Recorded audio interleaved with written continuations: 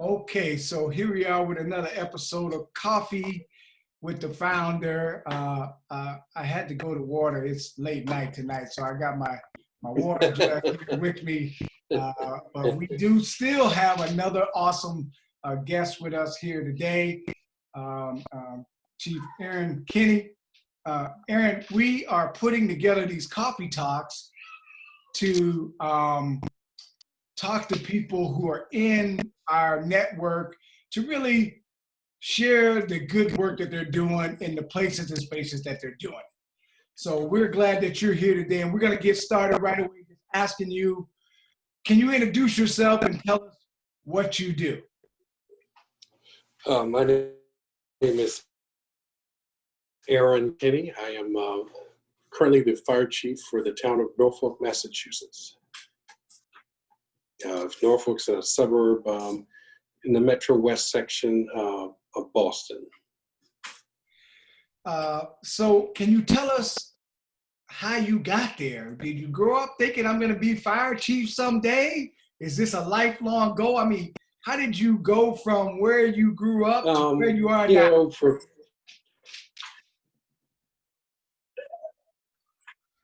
I think, for me, it's definitely something that has been,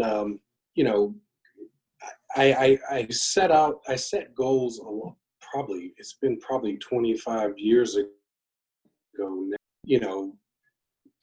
While I was in college, I believe I wrote down some goals of things that I wanted to do or things that I wanted to accomplish. And, I've always had a passion for the fire service. I've always loved giving back and helping others. And, there's also a part of me that's a little bit of an adrenaline junkie as well. So, I enjoyed and still enjoy overcoming that twinge of fear or going into a situation where everybody else is running out.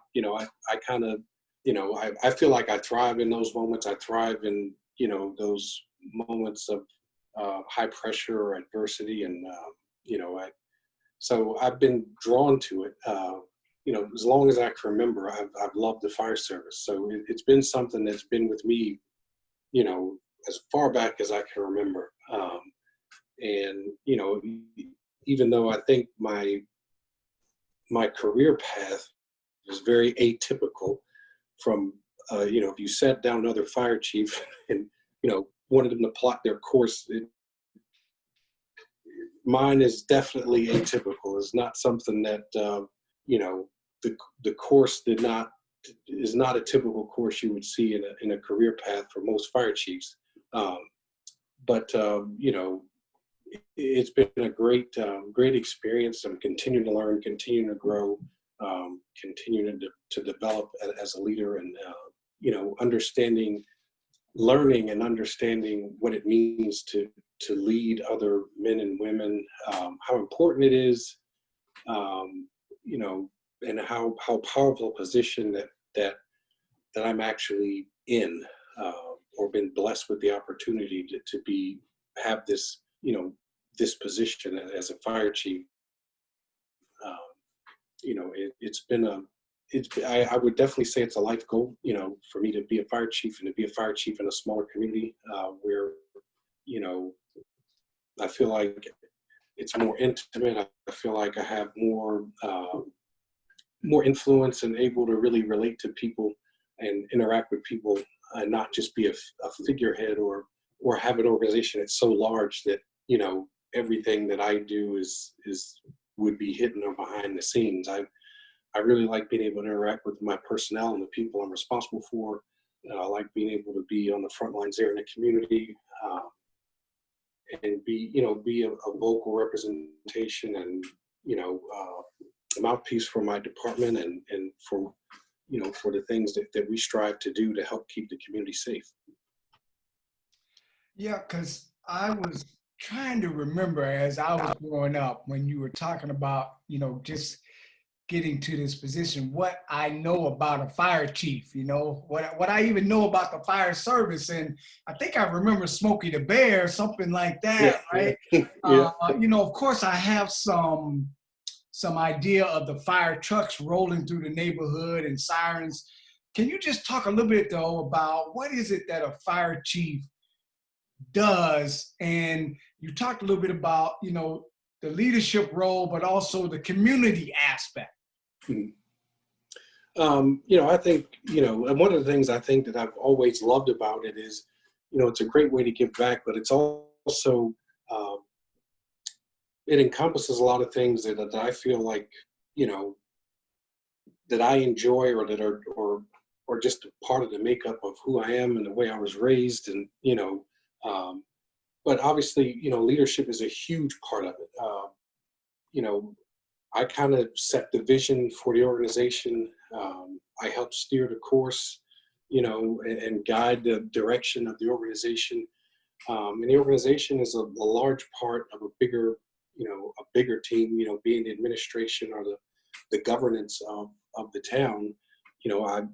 I have a large puzzle piece in that where, I'm responsible for, fire and life safety.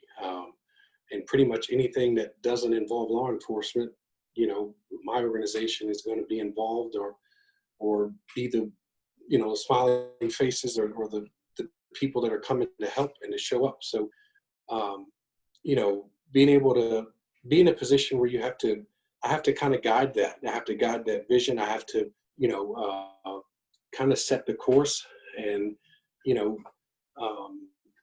and that's something that I enjoy. I think, I really enjoy putting people in the best position to be successful. I enjoy being in a position where I kind of get to move the puzzle pieces and I get to equip the puzzle pieces so that they are, empowered to go out and to serve others and to do their job.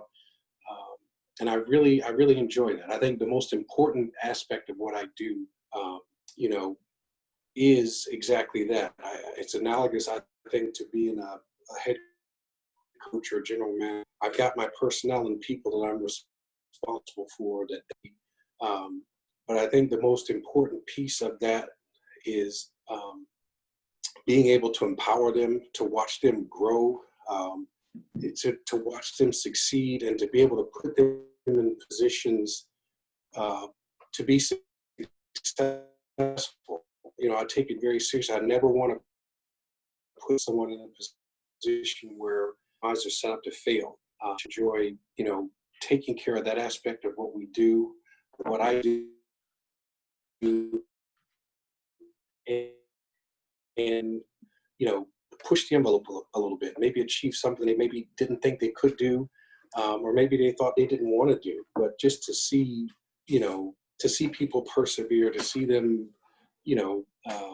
learn and grow, and to be in a position where I get to be a part of that, or I get to guide that, or I get to, share in that vision, and share in that, empowerment, if you will, is very powerful. And that's the part of my job I think that I take the most seriously is, I really truly try to, respect and honor every individual, but also look at them and, listen to what their aspirations and goals are as it fits in the puzzle of our department and, what it is that we do, being a customer service based organization. That's how, that's kind of my, my push and my vision is that we are there to be, a part of the community and be customer service based. We're there to serve people and to help people. And a lot of times it's in the worst of times, that we're showing up. And it, I enjoy helping people. I enjoy serving my personnel and helping them, to achieve those goals, or that to watch the team even be together and achieve an uncommon goal or work together towards a common goal and do things that, if you were on outside looking in, you're like, there's no way they're ever going to accomplish this. But then collectively together, you achieve a lot more and you go far beyond what anybody's or anyone's expectations could have been.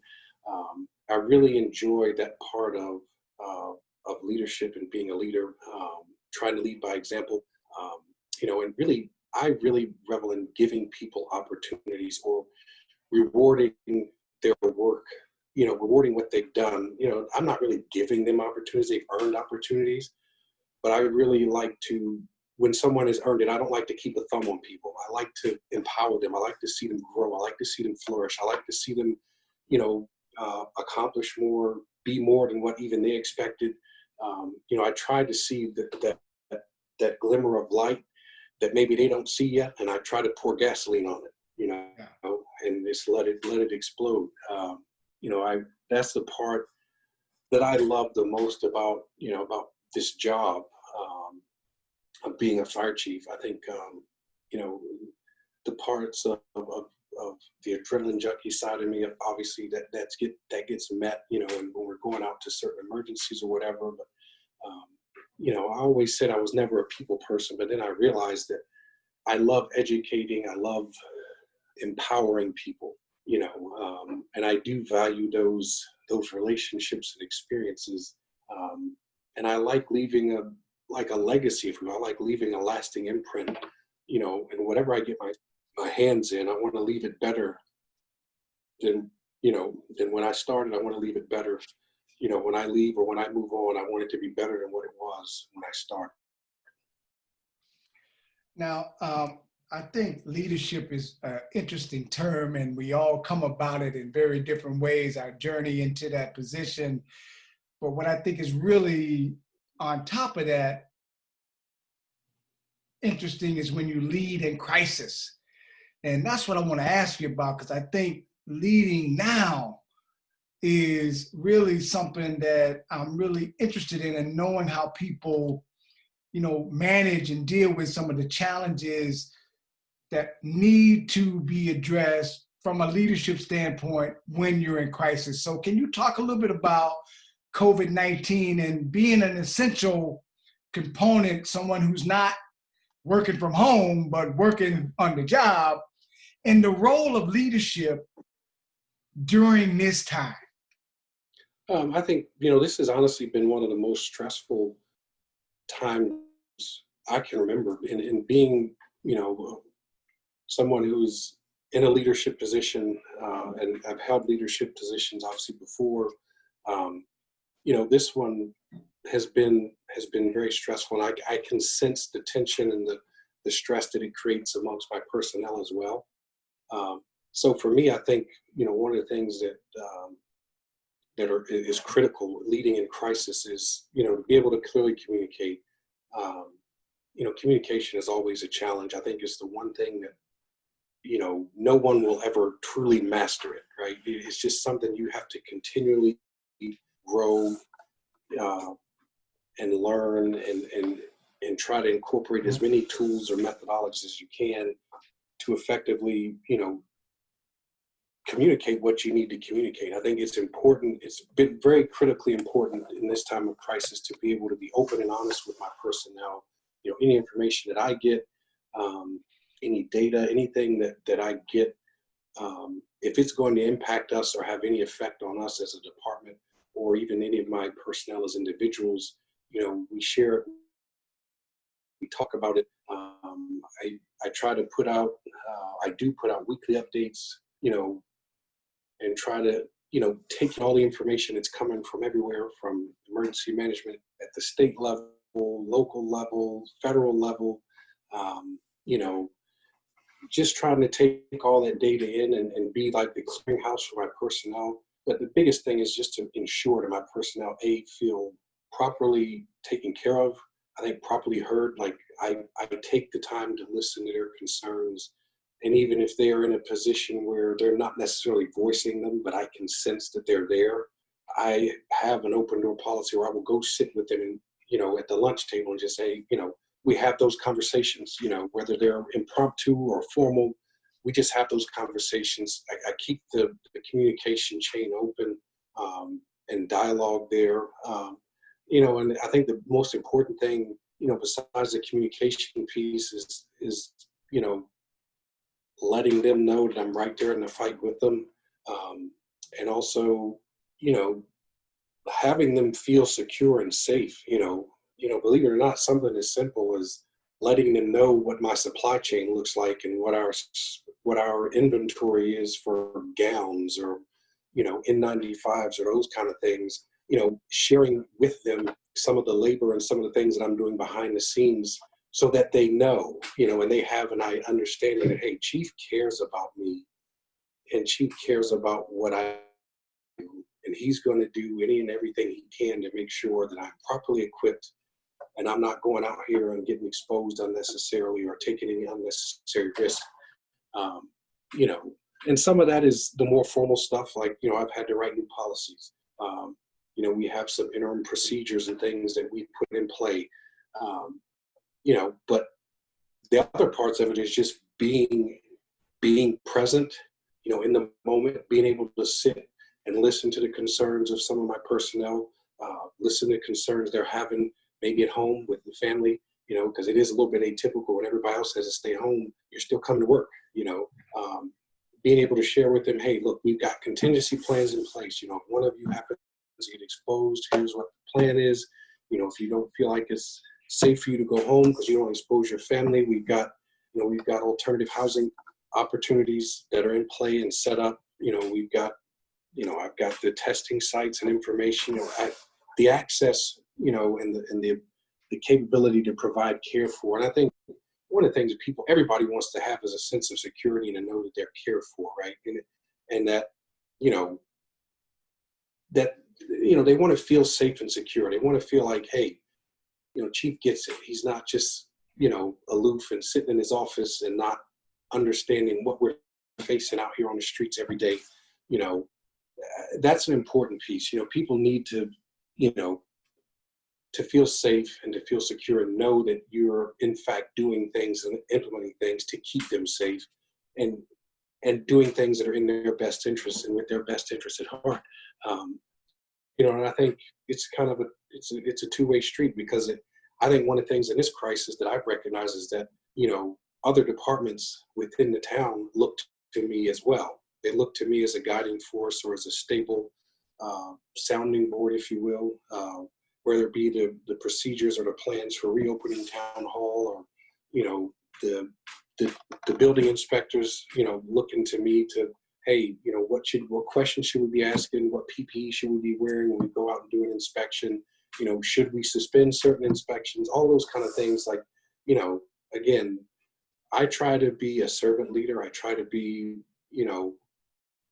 empathetic and empowering with everyone and engaging with the people that I work with and that I, share with on a daily basis. So one of the things in this crisis is, that was one that I recognize, is that my kind of role and leadership expanded.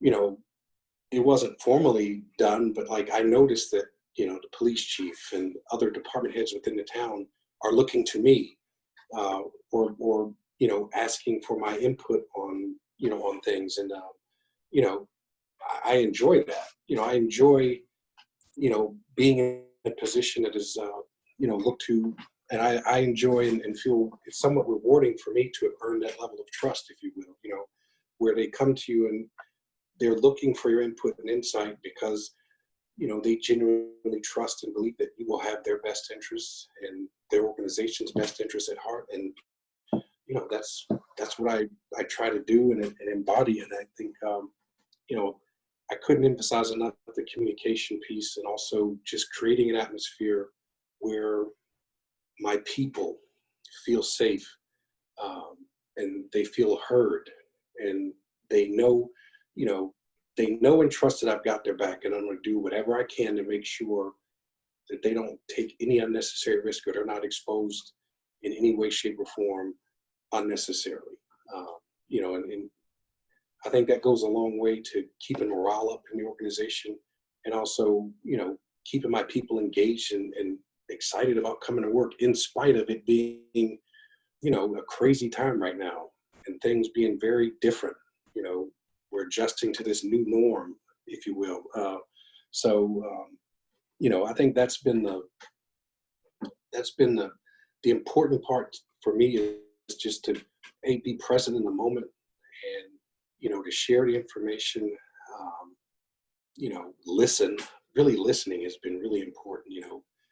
There have been policies and things that I've implemented based off of ideas that people who are my subordinates had, you know, and I think that's important. You know, you got to listen to people, and you got to take in, you know, I've always believed that, you know, you put together 7 or 8 strong minds, you're going to get better results than with just one, you know.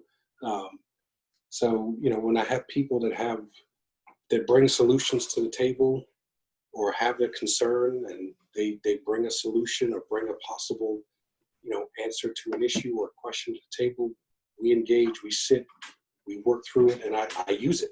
You know, I use it to help, you know, to help me and to help the organization because it's valuable information. You know, I think that's one of the things that has helped us and helped me get through this, is being able to really, more than talking or giving orders, is, you know, obviously I have to do that as a part of my job, but listening to my personnel, listening to them, you know, trying to, you know, behind the scenes, trying to just listen to the conversations, listen to kind of what the stressors are, you know, and tend to some of the needs that they have too, right? I mean, because honestly, you know, from a mental standpoint, from an emotional standpoint, this is taxing on everybody, yeah. Right? And, you know, my personnel aren't exempt. We put on a good face, you know, we do. We put on a good face, but, you know, when we're in the firehouse talking, you know, or I call and check in on, you know, different guys, you know, for whatever reason, you know, life's still happening, you know, and, you know, most of my people have families to go home to and spouses, and, you know, it becomes stressful. And there was a stretch there where it got really, you know, there was a lot of tension, you know, when things were really uncertain, and we kept seeing these, you know, just drastic increases in cases. And, you know, I was on the phone with the public health nurse like every day with new cases and new exposures. And, you know, that was stressful. And, you know, staying the course and just trying to stay present, and, you know, even being able to honestly say, hey, look, I don't have an answer. I'm looking for them.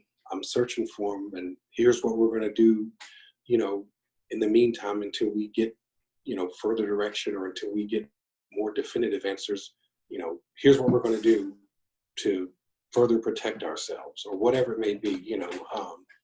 You know, those are the kind of things I think leading in crisis, you know, communication, you know, being open and honest, and be able to honestly say, look, I don't have all the answers, because I don't. I've never taken the approach today. I know everything. I don't. You know, and the input from my personnel and the, you know, has been great. The communication lines have been great. I think our communication may have gotten stronger as an organization because we're leaning on each other to get through it all, you know, and working together, which is good. And that's what we should do. Yeah. I was going to ask you a little bit about diversity in fire safety and folks in the fire service, fire chiefs. I mean, I just can't remember in all the days I saw fire engines rolling through my neighborhood. I even saw a Black person on the fire truck. So here I am now talking to a Black fire chief. So can you just talk about the presence of diversity and the importance of diversity, and have you seen some challenges? Are you seeing some progress? What are some of the dynamics associated with diversity and your rise, your positioning, and your working with your team and your outreach in the community? Yeah, I will say this: it has been, let's put it this way, it's been very few and far between that I've had the opportunity to serve with or alongside people that look like me. You know, quite honestly, you know, I wasn't fully exposed to, you know, other African-American leaders in the fire service until I went to, you know, national conferences. I had heard of people, I had maybe read, but I had never experienced it firsthand. I'd never been able to sit at a table and have dinner or break bread with another African-American man who aspired to be a fire chief like I did, or who, you know, had been through that already and could be like a mentor to me. And, you know, it is, I think it's difficult. You know, I think there have been times where it's difficult. And I think the one thing that for me, you know, I'm not going to sit here and pretend like, you know, I had to go through a ton or that I struggled mightily as I became a fire chief. I didn't, but I'm not jaded or sheltered or naive enough or naive to think that it isn't a struggle for others, because I have mentors that it was a horrible struggle for. Mm. And I appreciate what they went through to accomplish what they accomplished, because in many ways it paved the way, and it gave hope to a kid like me, you know, because from the time I was young and loved this, you know, I would go to the local firehouse and where I grew up, and I wouldn't see a black person. You know, in the whole department, hundreds of personnel, there may only be, I could count them all with one hand. You know, for example, I'm in a very densely populated state. There is only 5 minority fire chiefs in the entire state of Massachusetts. There are millions of people, hundreds of thousands of firefighters. There's only 5 of us. 1 Native American and 4 African Americans. And, you know, to me, it's sad that in this day and age that it's like a huge anomaly that we are, you know, that we're able to be in a position like this. You know, it is. And I do feel like, and I do know that in my experience, you know, I always have worked with a bit of an edge, because I felt like I had to do a little bit more to earn the respect of my peers or my colleagues, because I was the only one, or I was one of the only ones, if not the only one. I think my only experience where I wasn't in the extreme minority in the fire service was when I was working in St. Andrews in Charleston, South Carolina, which, you know, was very eye-opening to me. I actually sat at a table covering a shift one night, and I was like, this is the first time I have ever, literally ever, I was 35 or 36 years old. The first time I'd ever been in a fire station and broke bread, and the entire makeup of the crew, from the battalion chief to the 2 company officers and all the firefighters, were African American. It was the first time, and it was like, I remember I took a note. I'm like, this is like something that just doesn't happen. You know, it's not a, you know, I think it should. I think there's definitely, you know, I think there's definitely a shortage of us, you know, in this service to some degree. And I think it's important that we get involved in this service and, you know, try to target and recruit African Americans, because, you know, it's a great example. You know, one of the things I absolutely loved is, you know, you're working in a rough area or inner city area, and everybody looks like me in terms of their African American, they're black people, and you have an engine company showing up and nobody that gets off the rig looks like them. You know, it's very, I think it adds to what you bring to the table, and helps de-escalate situations when people can see someone that looks like them coming to help.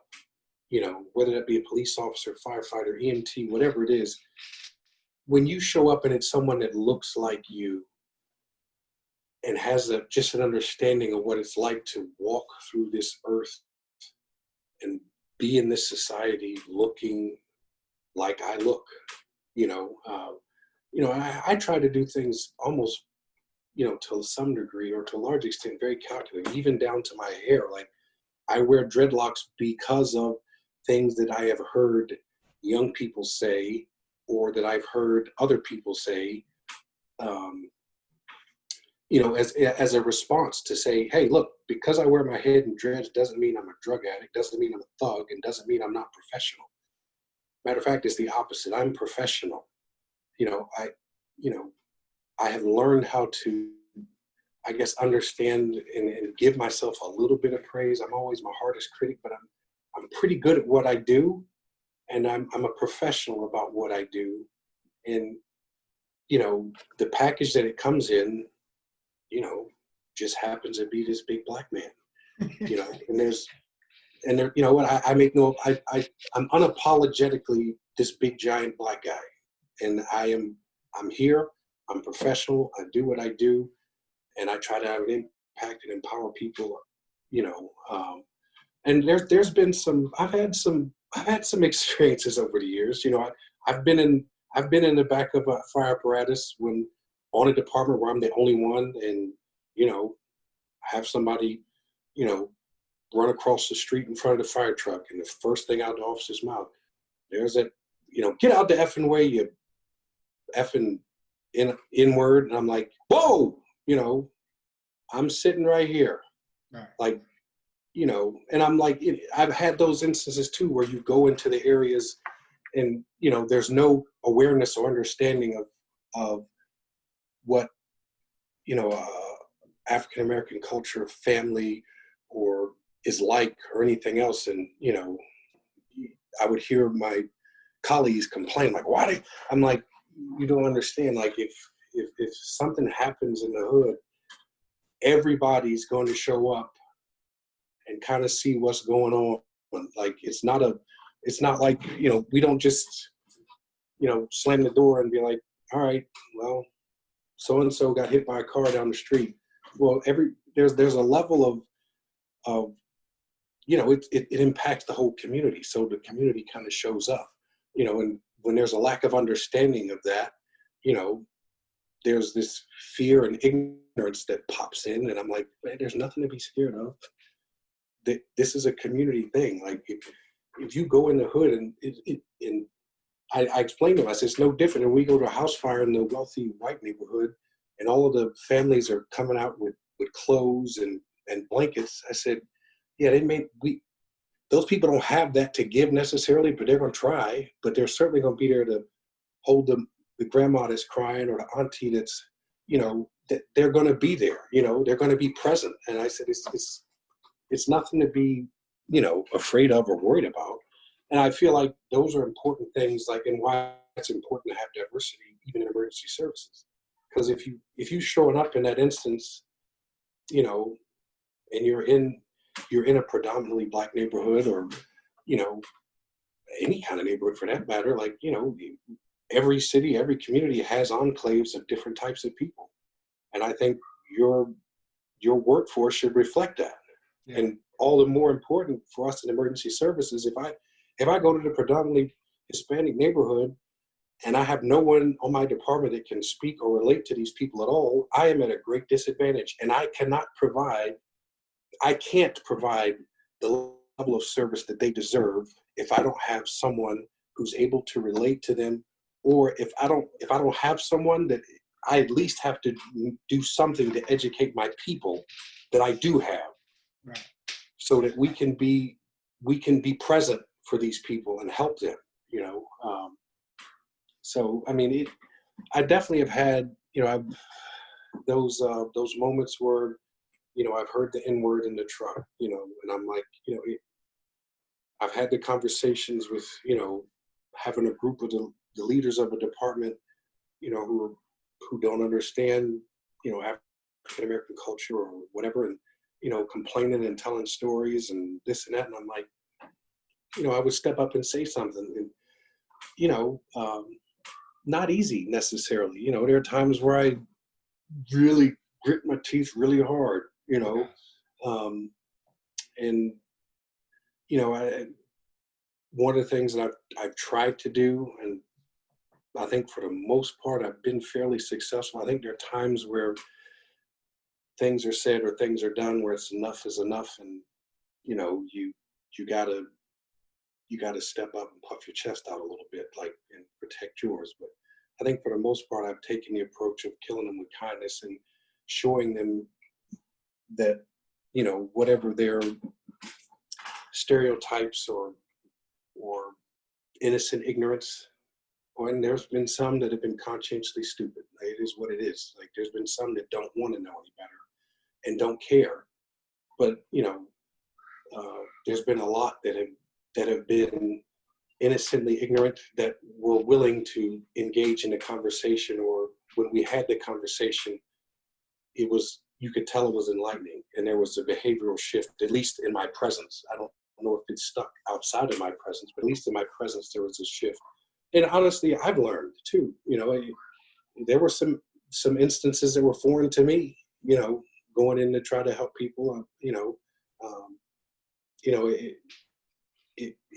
it can be different. There's been the instances where I've heard the N-word in the apparatus, you know, they were very, very, I think it was twice that I can remember. But one thing that sticks out to me that I really was shocked that I never thought I would hear is, I went to a shooting, and it was all, you know, white people involved, and it was a domestic, and I was walking in, or initiating patient care and doing everything to try to keep this lady's son alive, and she did not want this big F and N word touching her son or in her house. And, you know, one of the things that really stuck out for me in that instance is, you know, sometimes we settle into our norms, and, you know, we don't realize that there's still some real ugly stuff out in this world. You know, I think, unfortunately, in our current society, it's been highlighted, and sometimes in some ways, I think, magnified or even glorified, which is really just sad and despicable, to be honest. But you know, none of the personnel that were there with me stood up and said anything. You know, I think we were all in work mode,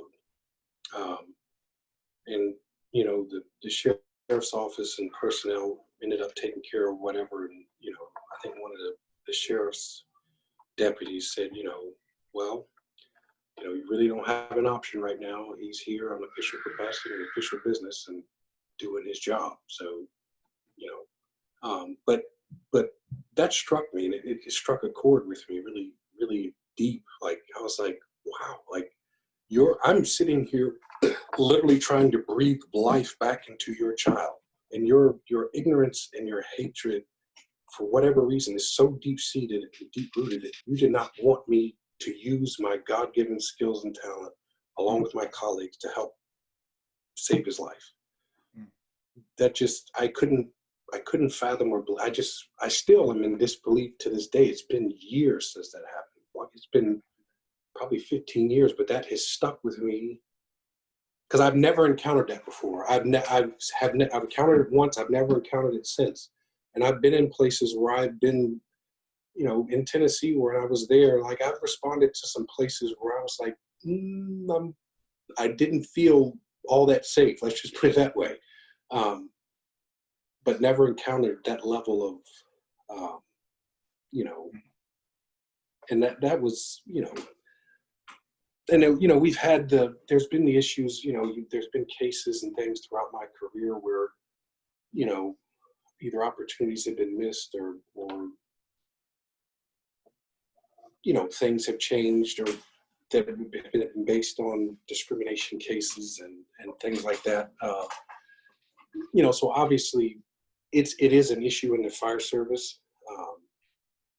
I think it's one that sometimes gets swept under the rug, you know, or overlooked, or it's not highlighted, but it exists still, you know. And I think, for me, like, even though I can't say that I've been impacted in searching for a job because of my skin color,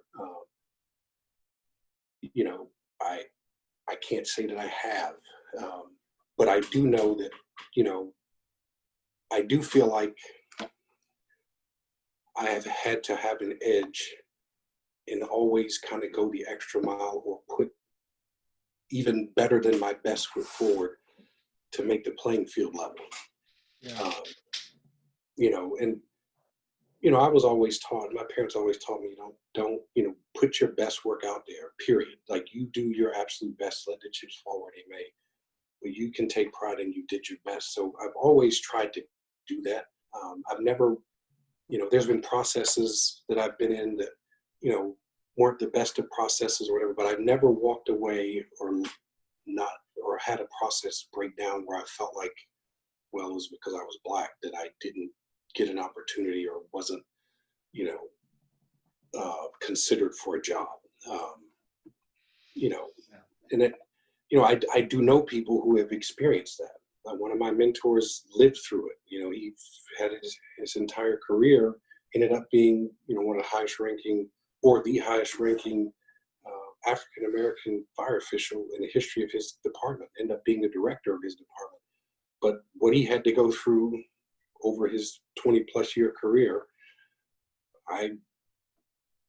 he's an amazing man to endure what he's endured, and to achieve what he achieved in spite of, I feel like I owe, those who paved the way for me to have a little bit easier road to travel. I owe them to do my absolute best and to be exemplary in how I do this, because, I want to open the door for the next kid that's got the hope and desire to do this, and to let him know, hey, it's a reality. Yeah, I'm a big Black man. I got dreads just like you. I'm a fire chief. It might have been foreign to you, or it may be something that didn't seem like a reality that can be done, but you can do it. And it is a legitimate opportunity and a legitimate career path for anybody to take, but for us as African American men to take. And I think African American men and women, period, need to be in the service because, the communities out there and the enclaves out there of us need to see us in these positions. They need to see us, interacting and coming out and helping and being, leaders in a public service, being leaders in a municipality, and not just leaders just because of the title has it, but leaders because, how we're carrying out what we do, how we do what we do, trying to be exemplary in how we do everything it is that we do. It's important for everyone to see that. It's as important, I think, when I go to a suburban, affluent community. It's just as important for them to see me in this role as it is when I go to, a community that's predominantly African American, or communities predominantly Hispanic, or just predominantly people of color.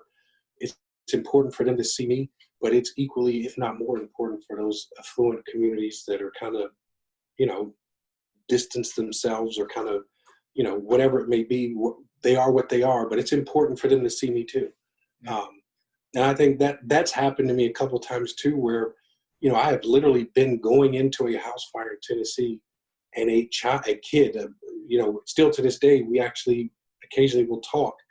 It was his first time seeing a Black man, not on TV or not in jail. And I'm like, hold on, this is your first time seeing, like, he was looking at me like I was some kind of novelty, like he had like I was like, and he was like, I could hear him say, I've never seen one of them before. And I'm thinking, you've never seen a firefighter? And I was like, oh my God, he's never seen a Black firefighter. He's never seen a Black man in this type of position. He did, when we had discussions and talked, he was like, I'd never seen, he kind of lived a sheltered life. So he'd never interacted with another Black person one-on-one until that day. And I'm like, it's a horrible way to meet your first Black person, is me coming to put out a fire in your house. But, it opened up a door, and, we actually, during my time in Tennessee, I stayed in contact with that family. And, for them to have that glimpse, and for that experience to be their first genuine real experience, or his first genuine real experience with the African American, is not the crap that he sees on TV, not just even though I happen to be a professional athlete, it wasn't in the context of me wearing a football helmet and scoring a touchdown.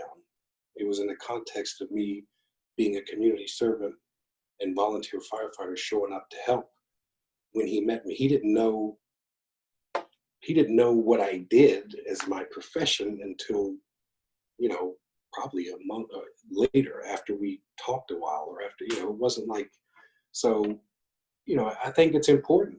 I think that's important, in this day and age, it's important for people to be able to see people that look different than they do, who may be culturally different, all of those things. But, I'm not the thing that I liked is that he was just enamored. He's like, I'm not a threat to him in any way, shape, or form. Anything. Hopefully his life is better now, and that's what I try to set out to do. I mean, diversity is a beautiful thing. I remember just different experiences through college, and, having discussions with a professor about what true diversity was. And, I remember disagreeing about his viewpoint. His viewpoint, he would say, well, I think it was John Simon had done an album with the African choir. And his point of view, my professor's point of view was that, John Simon, used his formal study and all that to refine and make that better. And in a sense, they had to adapt or adjust to his style of music. And when they did that, it made it even more beautiful. I was like, whoa, whoa, whoa. I said, hold on. I said, you want to talk about a melting pot and all that. And he tried to make a nod of a melting pot and soup. And I'm like, it doesn't mean that I have to assimilate to what the dominant culture says or what the people in power say. I said, if you take the true definition of a melting pot, you look at a giant pot of vegetable soup.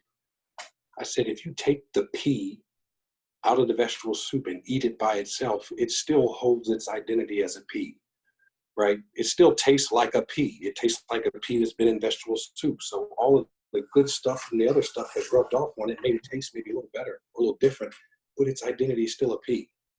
Yeah. Same with the potato, same with the corn, same with the lima bean or the black-eyed pea, same with the beef you may put in there.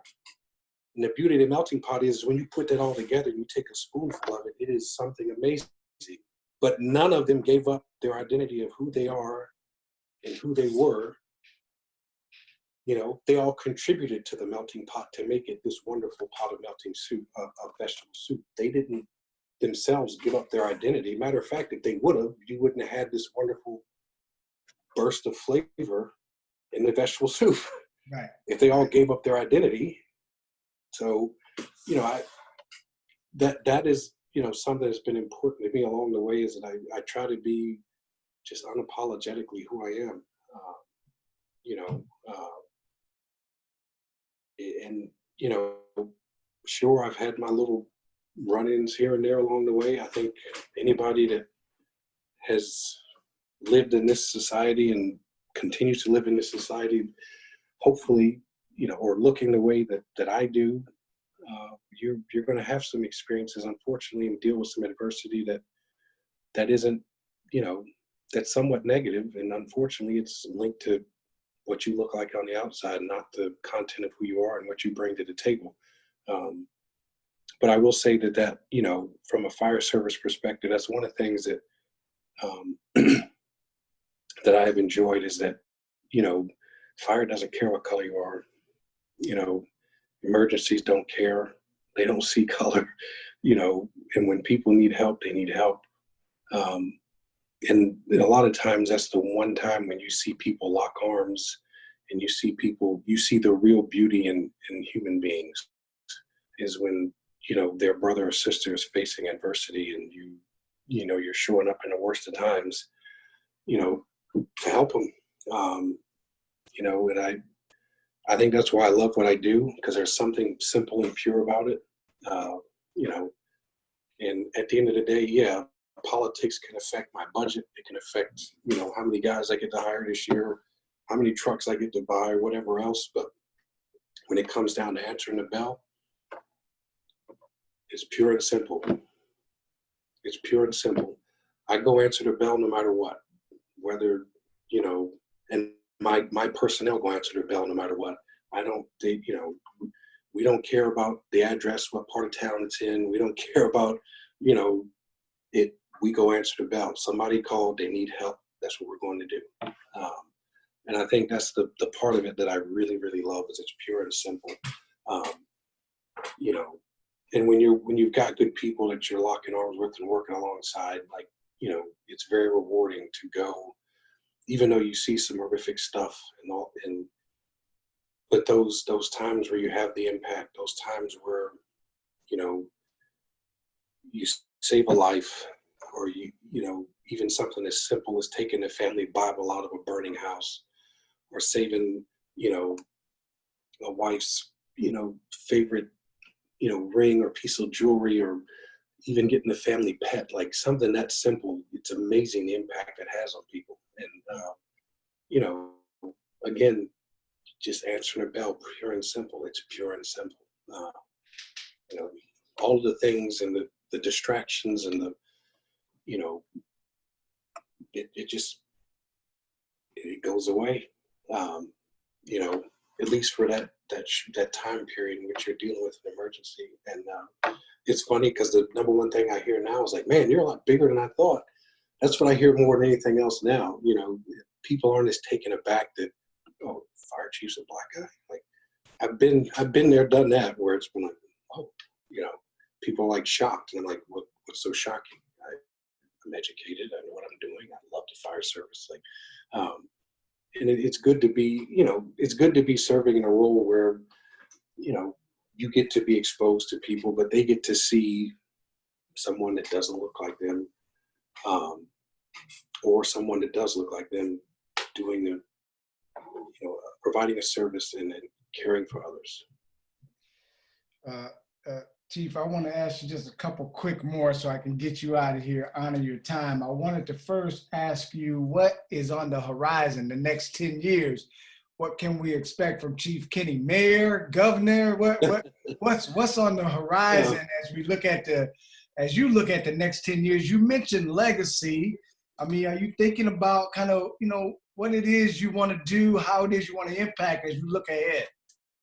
I think, you know, for me, this is I'm learning and growing in this way because, you know, and like I said, my path was a little atypical. So I was kind of thrusted or earned my first opportunity to be a fire chief. I was a lot younger than I anticipated. You know, I thought this was this was something that, hey, I will have worked for 20, 25 years. And from my last 10 years, I'm gonna be the chief. And, you know, that's when I'm, you know, 50, 55 years old. And I'm sitting here, I'm 42. And I've been a chief fire officer now for 6 or 7 years. So as I continue to learn and just grow as a person, you know, I think having a passion to continue to educate and to be exemplary in what I do, and impacting the fire service globally, you know, being a beacon. There's other great Black fire chiefs out there that I look to as mentors, and that I want to have a similar impact on the fire service on the global scale. I think, you know, with the other things that I'm doing better at now is, you know, I'm being a better dad right now. You know, I got kids that are hot and heavy in high school, and hopefully going to be, well, I know they're going to be going to college, just a matter of where. You know, those things are important to me. You know, from a fire service perspective, you know, I don't have any aspirations of being a mayor or doing anything more. I think I've believe me, the parts of the fire chief world that there's enough politics involved in it that I don't want any more. But you know, I do want to continue to, you know, be exemplary, and I want to leave a lasting imprint on, you know, the departments that I serve. You know, that's important to me. And you know, I look forward and anticipate being here, you know, in Norfolk for a long time. You know, and I'm hoping that I can leave a lasting legacy and imprint on the department. You know, being its first African-American fire chief, and hopefully won't be the last. I'm hoping to be able to bring in and recruit some more diversity in the department. I've got 2 strong female firefighters who are really good, very dynamic, good firefighters, and then I'm the only minority. So I want to change the face of that. I think far too many times I've been in that situation. I've been in that situation more times than being the only or the first. And I'm like, sometimes I have to pinch myself. Is it really 2020 and I am the first African-American fire chief, or I am the first African-American leader in this department head in this town's history? Like, even, not that it's expected in the South, but, even coming from the South, coming to the North, I'm like, the issues still exist. They're just shrouded differently, or they come in a different frame per se, and the issues are still there. So I want to hopefully create opportunities for other, African American men, minority men and women to be in this field and to be in this service. And because I think it's one that's very rewarding. And if you have a heart for helping people, I don't think there's anything better. So I'm going to definitely try to do that and keep that going, and just continue to grow the vision of the department. I have to be on my toes and think outside of the box in order to keep things rolling, and to keep it moving, to keep morale high, and to keep my department performing at an exemplary level. I think that's the challenge, going forward, and if I can stay on top of that and keep pushing things in the direction and along the course of the vision and mission that we currently have, I think that'll leave a very strong and lasting legacy. I look forward to that. I think, the vision may not change, but the mission is dynamic. The mission is always expanding. It seems like for us in the fire service, it's like we literally do a little bit of everything. The only thing we flat out don't do is deal with law enforcement issues. But other than that, like, everybody calls us, even the cops call us when they don't know what to do. So, it's very diverse. There's a lot of, different things that we have to be prepared for. And, if you're not constantly trying to stay ahead of the curve, and quite honestly, I have to continue to create ways to justify the means of us existing too. It's not cheap to staff a fire department, and as everybody knows, every dollar and every dime is scrutinized. So I have to be creative in how we stretch nickels transparently thin to make sure we're properly equipped and getting the job done. So I think taking on those challenges, and if I can be looked at as an exemplary fire chief who helped lead this town and this department, for the remainder of my career, and to do, saving lives, saving property, being an exemplary leader. I want to get back into teaching more. Right now, I was doing it hot and heavy for about an 8 or 9 year stretch. And, as my kids grew up, got older, it's important for me to spend some time at home and be here, but I do want to get back into that and get back into sharing and being a voice in the fire service on a global scale. I do want to get back into that, and that's something that I will do in the next couple of years, especially after I get my older kids off in college. Give me opportunity to settle back in it and start doing some of that more often, like I was before. And I think it's something I'm passionate about, and I just want to leave my imprint and stain on this world, and hopefully leave it a better place than when I leave it better than when I got here. Yeah. Well, I'm going to close out with what I call my lightning round, Chief. It's you get to pick one of the 2 things I mentioned to you, or you give a 15-second or so response with your answer if you like. For example, are you going with Macklemore or Sir Mix-a-Lot? Ooh, Sir Mix-a-Lot. Oh yeah. Are you gonna go with Cardi B or Nicki Minaj? I have to go with Cardi. You going with Cardi, huh? You going with Tupac or Biggie? Biggie. Netflix. That's a tough one. Yeah, that's a tough one. Netflix or Hulu? Netflix. You going with The Wire or New Jack City? New Jack City. I'm kind of old school, I guess. You going with Will Smith or Denzel? Oh, that's a real tough one. Denzel's classy, man. I gotta go with Denzel. I love Will Smith, though. I give him a shout out. You gotta give Will a shout out. Yeah. You going with Rambo or the Terminator? Rambo. I'm gonna give you a couple more. How about Taylor Swift or Lady Gaga? You know what? Lady Gaga.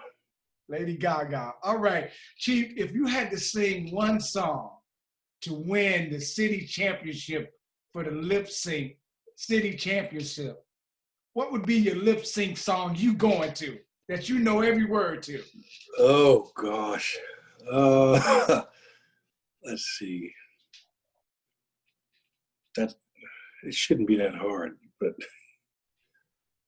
I guess I would have to say, gosh, I'm drawing a blank. Let's say I Want to Be Loved by Eric Benet.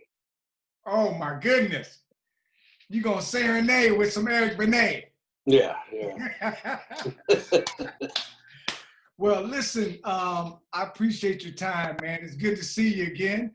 Hopefully I'll get to see you face to face sometime soon, but in the meantime, I know you're doing great work there. Like that kid in Tennessee, you're having some impact that I don't think you quite even know. That's the beauty of service. And I'm so proud of you, and I really appreciate you sharing some time with us about your story, your journey, and what you're doing there. And let's stay in touch, please. All right, will do. Thank you for what you're doing. Yes, sir, will do. All right, man. Appreciate you. Yes, sir. All right.